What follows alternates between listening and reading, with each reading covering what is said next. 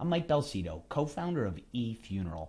We're going to talk for a couple of minutes about a topic that is very popular as it relates to funeral services and funeral planning, and that's the obituary.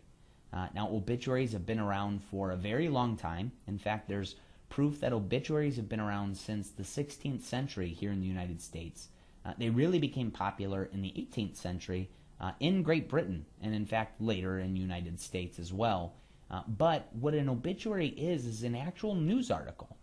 It's actually written by journalists. It's a biographical sketch about an individual's life who's recently passed away, and oftentimes that's containing achievements and accomplishments for that specific individual, and it'll contain some other details about their lifetime.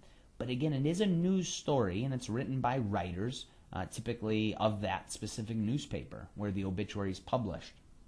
Oftentimes, obituaries get confused with death notices. Now, there's two types of death notices. There's a basic death notice, which is more of a public announcement, and so it's going to contain the very basic details about an individual in terms of where and when they were born and where and when they died, and maybe details about services, funeral services that will take place for that individual.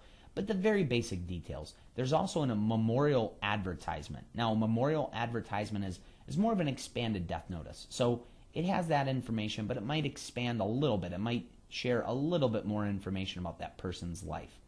But both the death notice and the memorial advertisement are actually paid advertisements. So it's something you have to pay for, and usually a funeral director offers the service of writing these pieces, and then they can submit them to a newspaper, and typically that gets published in the classified section of that newspaper.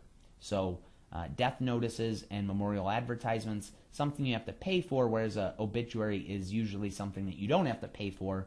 But not everybody gets an obituary. In fact, in a major metropolitan market like New York City, take the New York Times for example, they're really only writing obituaries for famous people, dignitaries, people of that sort.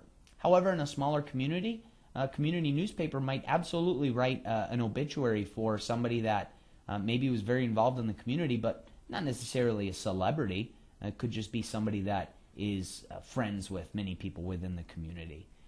So regardless, the obituary and the death notice, they're two very popular pieces of a specific newspaper. And now, these days, you don't have to go to a printed newspaper to find these pieces. In fact, the internet is a great place to go when you're interested in looking for obituaries and death notices.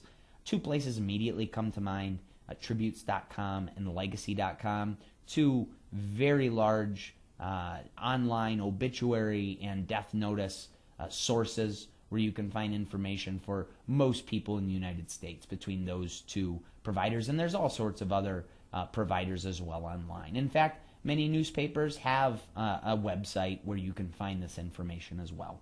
So I hope it was helpful to hear a little bit more information about what an obituary is and isn't, for that matter.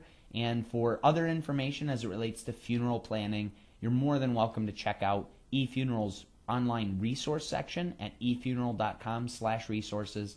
You can also check out other videos at youtube.com/efuneralresources.